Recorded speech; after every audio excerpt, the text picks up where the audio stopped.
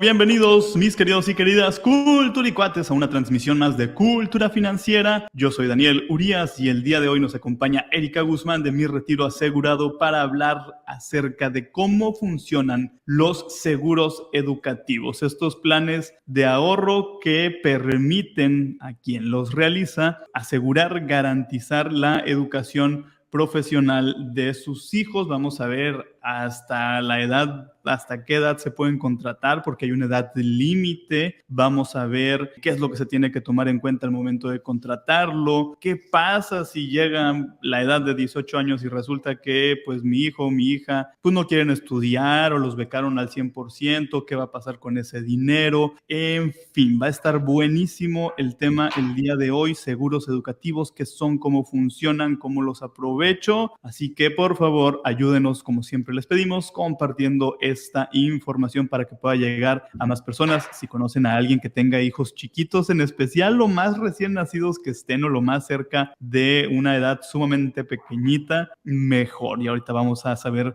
por qué. Le doy la bienvenida a Erika Guzmán, ya les decía, de Mi Retiro Asegurado, que cada mes está por aquí con nosotros con diferentes temas que tienen que ver con planeación financiera y seguros. Erika, bienvenida a Cultura Financiera. Hola Dani, hola amigos, buenas noches, qué gusto estar como siempre por acá. Los seguros educativos son de los seguros con causa más noble que yo conozco, entonces pues bueno, vamos a estar hablando el día de hoy de este tema. ¿Qué son los seguros educativos específicamente? ¿En qué consiste este producto o este seguro? Sí, pues bueno, como su nombre lo dice, en la base es un seguro de vida, ¿no? Es un seguro que nos va a proteger en caso de fallecimiento, pero también incluso en caso de invalidez. Además de tener esa protección, también vamos haciendo un ahorro para poder cubrir la educación universitaria de nuestros niños, que bueno, ya a esas alturas ya no van a ser niños, ya van a ser unos jovencitos, pero justo es tener esa protección, estar preparados para cualquier eventualidad, pero obviamente esperando llegar a esa etapa de 18 años cuando nuestros niños estén en la universidad y acompañarlos en ese momento. Entonces, si nos pusiéramos como a desmenuzar el seguro educativo, básicamente va a tener tres componentes. Uno, que es lo que les decía ahorita, la protección, el seguro de vida y el seguro de invalidez, que nos ayuda a mantener el estilo de vida que hoy les estamos dando a nuestros niños en caso de que nosotros no estuviéramos como papás o como mamás. Entonces, ese primer componente de la protección nos ayuda para blindar a nuestra familia de si en algún momento nosotros ya no estamos, que no pierdan ese estilo de vida que hoy ya llevan. Pero también tiene otros dos componentes, que es generar un ahorro, es decir, todos los años nosotros vamos a estar aportando dinero a ese plan para que se vaya construyendo un ahorro. Y el tercer componente es invertir ese ahorro, no únicamente estar dejando el dinero ahí, como por ejemplo en el banco o en el colchón o en una alcancía, sino hacer que ese dinero vaya creciendo para que se proteja inclusive de la inflación y que vaya generando rendimientos arriba de la inflación. Entonces tiene esos tres componentes: proteger, ahorrar e invertir ese dinero para que vaya creciendo a lo largo de los años. ¿Cuáles son, Erika, los rangos de edad en los que se puede contratar este seguro? Es decir, ¿hay una edad mínima y hay una edad máxima en la que se pueda contratar? Sí, bueno, va a depender principalmente aquí del tipo de producto y de la aseguradora, ¿no? Ahorita hablábamos de manera genérica de los instrumentos. Nosotros en Mi Retiro Asegurado, además obviamente de apoyarles con la planeación del retiro, también manejamos los seguros educativos con diferentes aseguradoras. Entonces, mucho de lo que buscamos siempre es en cada caso identificar qué instrumento puede acoplarse mejor. Entonces, dependiendo de la aseguradora, hay algunos que incluso se pueden contratar desde que la mamá está embarazada, ¿no? O sea, al final de cuentas, como es un seguro de vida, normalmente se conoce la base de esos seguros son seguros totales, entonces puede ser incluso que lo puedas contratar antes de que nazca el bebé. Típicamente se contrata ya una vez que nace el bebé. Mientras más pronto, como lo comentabas en la introducción, también va a ser mejor. Y esto principalmente por la parte de la inversión. porque mientras más horizonte, mientras más tiempo tenemos para que este dinero vaya generando rendimientos, más ganancia vamos a ir viendo en el dinero que nosotros estamos metiendo. Entonces, en cuanto al límite de edad, yo te diría, hay aseguradoras que nos piden a lo mejor un plazo mínimo de 5 años o 10 años que deben de estar ahí el dinero. Lo más cortito son 5 años, yo te diría a lo mejor lo máximo son niños pues de 13 años para que nos den 5 años para los 18,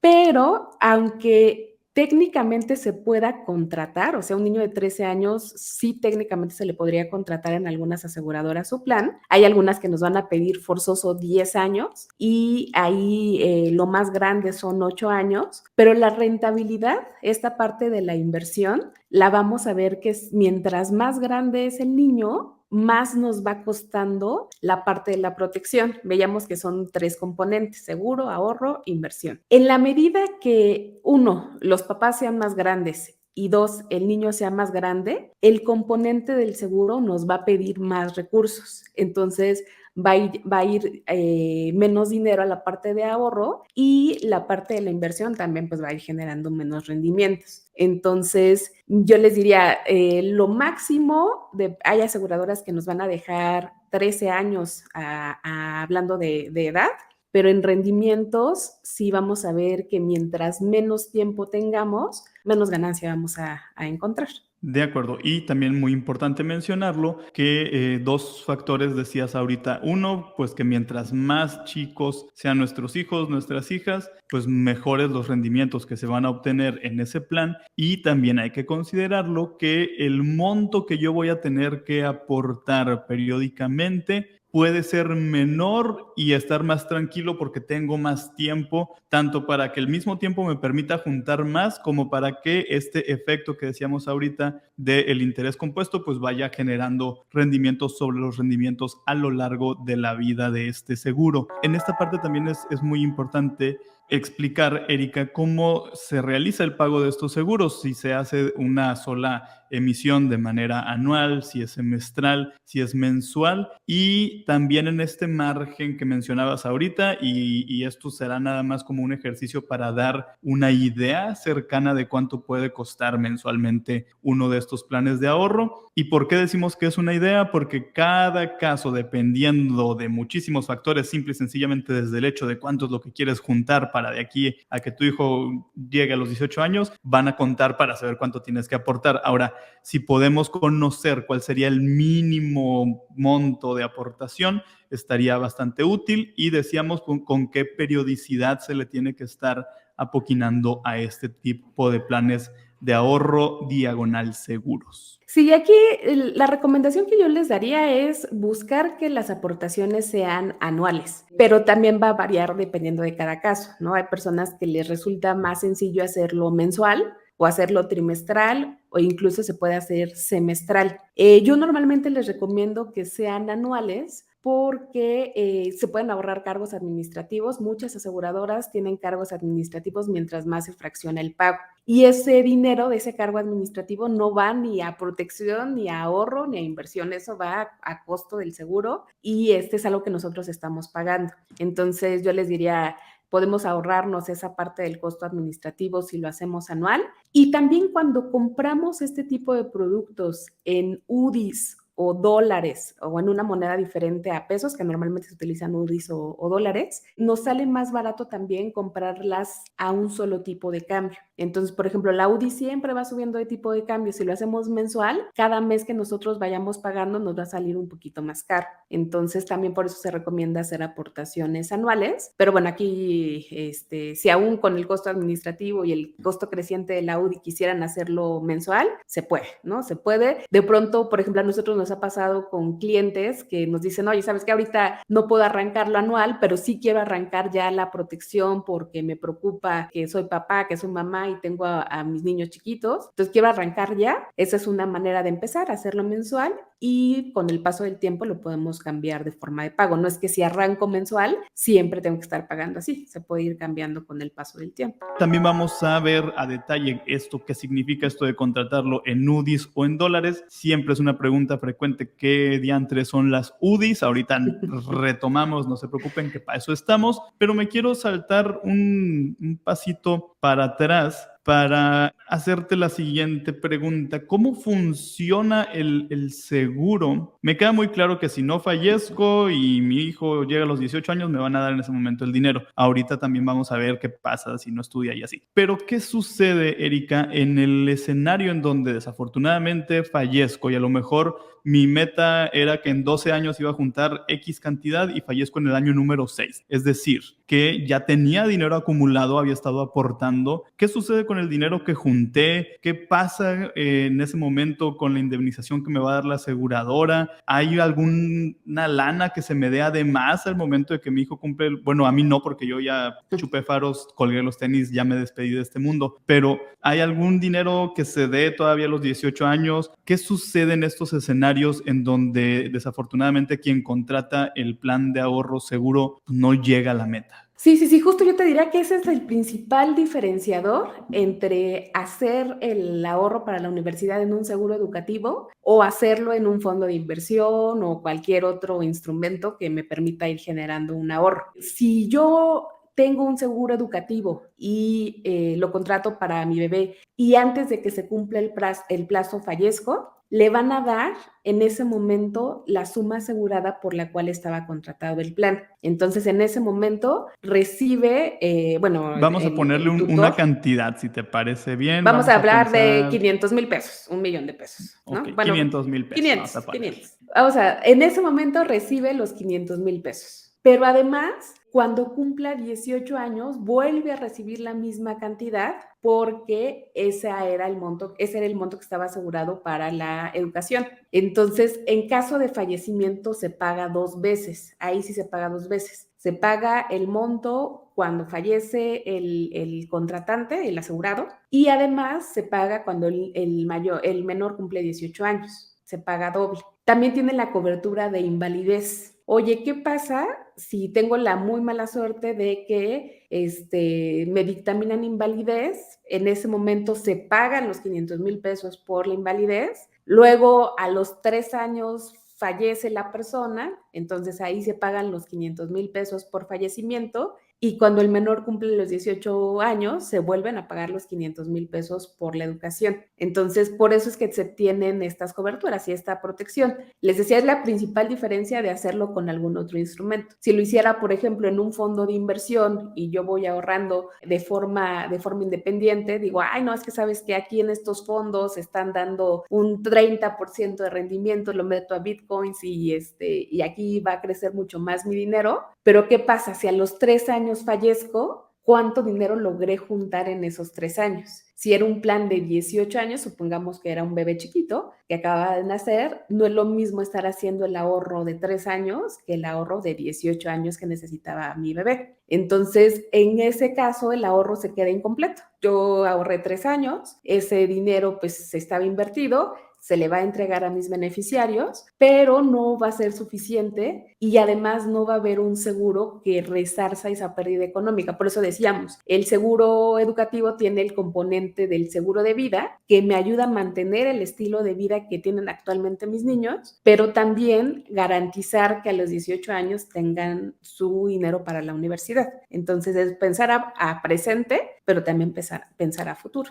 Sí, y considerar que en este escenario definitivamente sí se tiene que asegurar esta meta. Ese es el gran objetivo, que tienes que asegurarte de que sí o sí, de que pase lo que pase, pues se va a cumplir con ese plan. Y suena muy fuerte o si quieren muy romántico, cada persona lo pensará diferente, pero pues la neta que qué padre saber que si yo no estoy, de todas maneras voy a poder cubrir la educación profesional de mis hijos, ¿no? Y si llego con ellos a esa edad, pues qué bueno que voy a poder también disfrutar esa etapa de su educación profesional y no padecerla. Entonces, Claro. por varias razones, esta sí sería una de las metas en las que yo les diría, sí, asegúrenla literalmente por medio de un esquema que sea de ahorro y protección, como es el caso de los seguros educativos. Ahora bien, ¿qué pasa, Erika, si, y todavía tenemos por ahí 2 preguntas pendientes volando, no crean que se me han olvidado, pero qué pasa si al llegar a los 18 años mi hijo, mi hija dicen, ¿sabes qué? No quiero estudiar, muchas gracias por la lana que juntaste, carnal, carnalita, o dicen, oye, pues es una eminencia y está becado al 100% en la Universidad de Oxford. Y entonces, ¿qué hago con ese dinero? ¿Tiene sí o sí que ser para la educación? Si no, no me lo dan, ¿qué pasa? Sí, no, esa es otra ventaja de los seguros educativos, que aunque son para la universidad, no nos obliga la aseguradora a que ese dinero forzosamente lo utilicemos para universidad, que también existen otros productos que son, por ejemplo, fideicomisos o son planes que tienen ciertas universidades que vas juntando dinero, pero ahí sí en muchos te obligan o que sea esa universidad o que sea para la educación. Y qué pasa si no quiere estudiar ahí o qué pasa si está becado, entonces ahí nos limita. En el seguro educativo no es así. En el seguro educativo te entregan el dinero. Si tenemos un niño que obtuvo beca o que quiere ser, no sé, quiere estudiar o algo Quiere dedicarse a descubrir la vida mientras se decide a ver qué va a estudiar y a lo mejor y eso también es importante, hay que decirlo, ¿no? O sea, cada vez pues existe mucho más, a diferencia de lo que a nosotros nos inculcaron nuestros padres, pues que para ser alguien en la vida sí o sí tenías que pasar por un aula escolar de cualquier nivel y de preferencia universitaria, pues cada vez pues también va habiendo más libertad de elección y cada vez más se pueden extender los tiempos en lo que quieres o no entrar a la universidad, lo cual a veces me parece razonable porque a los 18 está cañón que te pongan así contra la pared de órale, ya decide qué quieres hacer el resto de tu decide. vida. Pero bueno, suponiendo, ¿no? Que yo no quiero estudiar, pues punto, ¿no? O sea, no quiero pasar por la universidad y eso no me etiqueta, no me define, pues también ese dinero, pues, ¿qué pasa con él, no? Sí, se puede guardar, se puede utilizar para otro fin. Incluso, por ejemplo, a nosotros nos ha tocado ya entregar seguros educativos que llegan a término. Y algo bien padre es que uno, yo les digo que es un problema feliz, ¿no? El que lleguemos a los 18 años del menor y que al final ese dinero no tenga que usarse para la universidad, pues qué bueno, ¿no? Más vale tener el ahorro y llegar a ese momento y decir, oye, qué padre que no lo voy a necesitar Ay, porque a está ver qué becado. vamos a hacer con este $1,000,000. Ay, me sobra $1,000,000. No, ojalá a todos nos pasara eso. Entonces es un problema feliz, se puede utilizar para otro objetivo, se puede utilizar para que estudien una maestría, se puede utilizar para que posteriormente pongan un negocio. Nos ha pasado también, tengo muy en mente un caso, que es como de los últimos que hemos entregado, que el chico se quedó en la UNAM, no tenía como tal un costo tan oneroso en cuanto a inscripción y colegiaturas y demás, sí con materiales y libros y eso, entonces se separaron una parte para los costos de la educación, que no iban a ser tan altos como lo habían pensado en un inicio, y la otra parte la mandaron para el retiro de su mamá. Y él abrió un plan para su retiro, porque yo estoy convencida que la mejor manera de educar a un hijo es con el ejemplo. Y ahí tenemos muchos casos de chavos súper jovencitos que han empezado planes de ahorro con nosotros porque sus papás estuvieron ahorrando para la universidad a través de planes o seguros de este tipo. Entonces, la mejor manera de enseñarle a nuestros niños, y ahorita que viene el Día del Niño, ¿cómo podemos enseñarle a administrar las finanzas, a manejar mejor su dinero, a tener mejores hábitos de ahorro y de gasto y de inversión?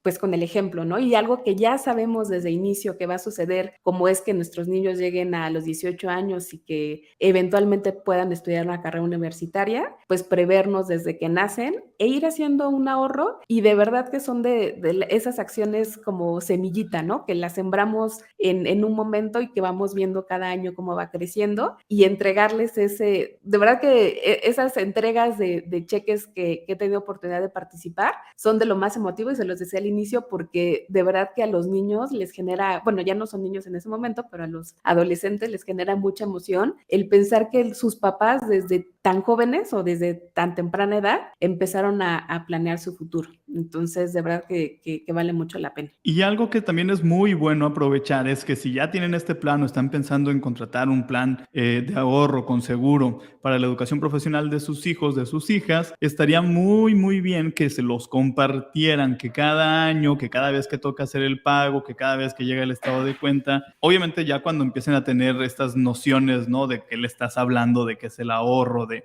no les vas a decir al tener un año de nacidos, pero sí conforme vayan creciendo, que vayan compartiendo con ellos esto, porque créanme que se les va a quedar muy grabado en sus más maravillosos recuerdos, y además se van a llevar eso a la etapa adulta, y las probabilidades de que ellos lo repliquen, de que crezcan siendo previsores, de que crezcan haciendo del hábito de ahorrar y de invertir parte de su vida va a ser mucho mayor. Siempre les digo cuando me preguntan algunos papás, oye, ¿cómo le enseño a mi hijo a administrarse, a tener mejores finanzas personales? Mi primera pregunta, y es bien odiosa si quieren, pero yo les digo, bueno, ¿tú cómo te estás administrando? ¿No? Esa es la primera pregunta, porque el ejemplo es lo más importante. Compartirlo con nuestros hijos definitivamente es algo que sí o sí se tiene que hacer. Y decíamos ahorita, ¿cómo elijo esto de que si lo compro en dólares o lo compro en UDIs, y de cuánto es lo menos? Sí, algo que conviene mucho en planes a mediano o largo plazo es proteger nuestros ahorros contra la inflación. Lo hemos platicado en algunas otras ocasiones con el tema del retiro, ¿no? Oye, faltan muchos años para que llegue ese momento, ¿cómo le hago para que mi dinero no pierda poder adquisitivo durante estos años? Pasa algo similar con los ahorros educativos, no es un horizonte tan largo como el retiro, pero al final, si hablamos de que lo contratamos cuando nuestros bebés están naciendo, o a los meses o al año de que nacieron, pues faltan 17, 18 años o mínimo 10, 5 años para que llegue ese momento. Conviene mucho hacer los ahorros en una moneda diferente a pesos. Típicamente están los dólares y las UDIs. Ahorita los dólares no andan como tan maravillosos en cuanto a los rendimientos. De hecho, de los planes que se han contratado en dólares en años pasados, está un poquito estancado. La UDI es una moneda, lo digo entre comillas porque no es una moneda como tal, pero es una unidad de inversión que nos ayuda a que ese dinero se vaya actualizando de manera automática con la inflación. La UDI lo que refleja es que el incremento del costo de vida, ¿no? Entonces, todos los días incluso la UDI se va actualizando, y lo que hoy compramos en UDIs, normalmente los planes que contratamos en UDIs, ese valor en UDIs se mantiene fijo a lo largo de los 18 años, y lo que se va actualizando es cada año el monto en pesos que vamos pagando. Pero las UDIs que ya compramos, hoy la UDI más o menos está como a 7.7 pesos. Las UDIs que ya compramos a 7 pesos, el siguiente año en automático ya van a estar actualizadas con la inflación. Es decir, ese dinero ya me aseguro que no se va a ir devaluando. Pero además, como les decía, es un ahorro, pero también es una inversión, porque va a ir generando rendimientos. Y al ser rendimientos, por ejemplo, en UDIs, ya nos aseguramos, uno, que no perdemos valor del dinero por la inflación, y dos, que vamos a tener una ganancia inclusiva arriba de la inflación. Entonces, por eso nos conviene hacer los planes en otra moneda diferente. Ahorita les dije como los pros, ¿no? ¿Cuáles son los contras? Porque a mí siempre me gusta decirles, oye, esto es lo bueno, pero también puede haber contras, ¿no? Los contras que muchas veces nos encontramos es que, por ejemplo, en UDIs la aportación es creciente. Es un contra que muy frecuentemente nos dicen, pero yo incluso lo veo no necesariamente como algo contraproducente, porque de esa forma nos aseguramos que aunque nuestra aportación vaya creciendo, siempre vamos haciendo una aportación equivalente a lo que hoy vale ese dinero. más o menos el mínimo de contratación va a andar por ahí de 2,000 pesos mensuales. Entonces, ese monto, si lo hacemos en UDIs o lo hacemos en dólares, no va a ser fijo, no va a ser que siempre son los 2,000 pesos que se van aportando. En UDIs, por ejemplo, cada año que nosotros vayamos aportando va a ir creciendo. Pero aunque vaya creciendo, eso significa que siempre vamos a ir aportando lo equivalente a lo que hoy estamos comprando con 2,000 pesos. Es decir, nuestros ahorros no se quedan chiquitos. De pronto, cuando son pesos, sí nos resulta muy cómodo. Oye, siempre aporté lo equivalente a 2,000 pesos al mes o 24,000 pesos al año, pero resulta que pasando los 18 años o en el tema de retiro, llegando a los 65 años, pues ya el dinero no me va a ser suficiente. Fue muy cómodo aportar 2,000 pesos siempre, pero resulta que ya esos 2,000 pesos pasados 5, 10, 15, 20 años, pues ya no me están alcanzando para lo mismo. Finalmente, Eri, y nos vamos a ir ahorita con un par de preguntitas aquí. Decíamos, ¿cuál es el monto mínimo en generales que podrían considerarse para aportar a un plan de ahorro para la educación de nuestros hijos con Sí, mira, este componente de seguro? En promedio, más o menos van a ser 2,000 pesos al mes o 24,000 pesos al año. Obviamente va a variar, como lo comentabas hace ratito, dependiendo de la edad del contratante. Mientras más jóvenes seamos como papás, digo, ahí nos reta en otras cosas, pero en el tema del costo del seguro va a ser más barato. Entonces, a lo mejor si andamos en menos de 30 años, puede ser que desde 1,500 pesos al mes, o sea, como 18,000 pesos al año, se pueda arrancar algo. Mientras más grandes somos, más va subiendo ese mínimo de contratación y también incluso mientras más grande sea nuestro niño, ¿no? Más o menos platicábamos que en algunos planes hasta los 13 años nos van a permitir. Y también hay que considerar algo que es sumamente importante, que a lo largo de la vida del plan podemos también ir haciendo aportaciones adicionales e incluso podríamos modificar la cantidad más adelante, obviamente pues con la intención de que sea para arriba. Es decir, si ustedes quieren empezar con algo básico, pudieran hacerlo esperando que en unos años o el año siguiente puedan ir incrementando esa aportación. En algunos momentos de lana extra le puedan meter un monto adicional al plan que ya tienen fijo. Hay que buscar sí empezar, pero que también ustedes tengan la tranquilidad de que lo van a poder pagar. Eso siempre se los digo, también mucho ojo con el tamaño del compromiso que adquieren, no por presión, no porque pensaron en ese momento ustedes que, no hombre, sí sale y órale, vamos a meterle una a la nota. Sean muy conscientes de los gastos que tienen que cubrir en la actualidad, de casa, hijos, escuelas, transporte, etcétera, etcétera, etcétera, y busquen de manera organizada el cajón en donde va a ir el ahorro para la educación de sus hijos, en donde se sientan con la tranquilidad, con la estabilidad necesaria para que esto pueda mantenerse durante todos los años que tenga que mantenerse y que no se sientan con angustia o preocupación más adelante de que, híjole, es que se me está haciendo bolas el engrudo. Nos dice, en caso de niños de 15 años, dice ahí cómo aplicaría. Pues bueno, 15 años ya nos reta bastante en cuanto a los plazos, ¿no? De entrada para los 18 años, que es como tradicionalmente se contratan los seguros educativos, ya no nos da el mínimo del plazo que hablábamos de 5 años, solo tendríamos un horizonte de 3 años. Entonces, para seguro educativo quedaría ya como fuera de rango. Ahí sí tendría que ser algún otro instrumento tipo fondo de inversión o si queremos tener esta parte de la protección, complementar esos fondos de inversión con seguros de vida, puede ser hasta temporales, que nos brinden la protección en caso de fallecimiento o invalidez.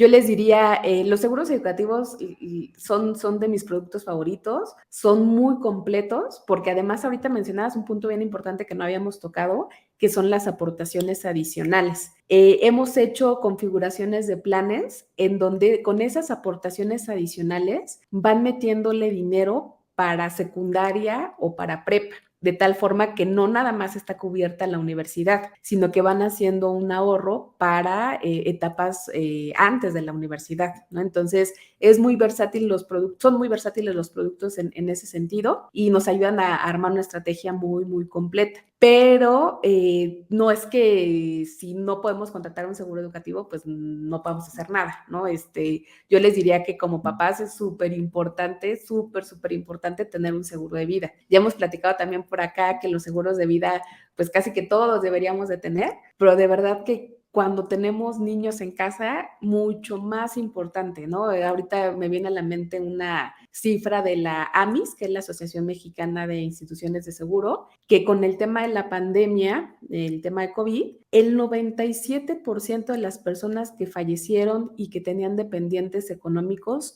no tenían un seguro de vida. O sea, 97% de niños que sus papás fallecieron no tenían o no tuvieron recursos para ni siquiera mantener su estilo de vida sin preocupaciones, ¿no? Seguramente alguien de la familia tuvo que absorber esos gastos. Entonces, siempre es súper importante.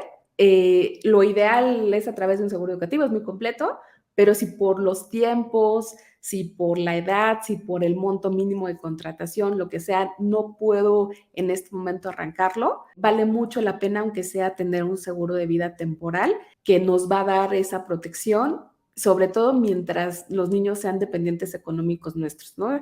Eso de verdad que si pudiera yo dejar solo un mensaje de esta transmisión, les diría: los seguros educativos son muy padres, si se pueden contratar adelante, pero si por alguna razón no, siempre como papás tener la conciencia de contar con un seguro de vida. Muchísimas gracias por escucharnos, por vernos. Yo soy Daniel Urías de Cultura Financiera. El día de hoy platiqué con Erika Guzmán de Mi Retiro Asegurado acerca de cómo funcionan y por qué son tan importantes los seguros de educación o educativos. Así que piénsenle e inicien lo antes que se pueda.